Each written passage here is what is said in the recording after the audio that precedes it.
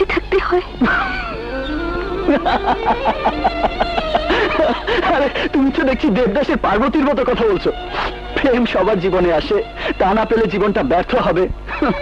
শুনতে তো ভালোই লাগে, কিন্তু সত্যিকারের প্রেমিকা কজনের জীবন সঙ্গী হয় বলতে পারো?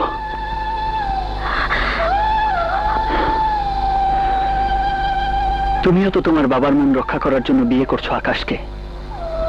সেটা কি অন্যায় নয়? এই বিয়ে থেকে তুমি সুখী? তুমি কি ভাবছো বিয়ের পর আমাকে ভুলে যাবে?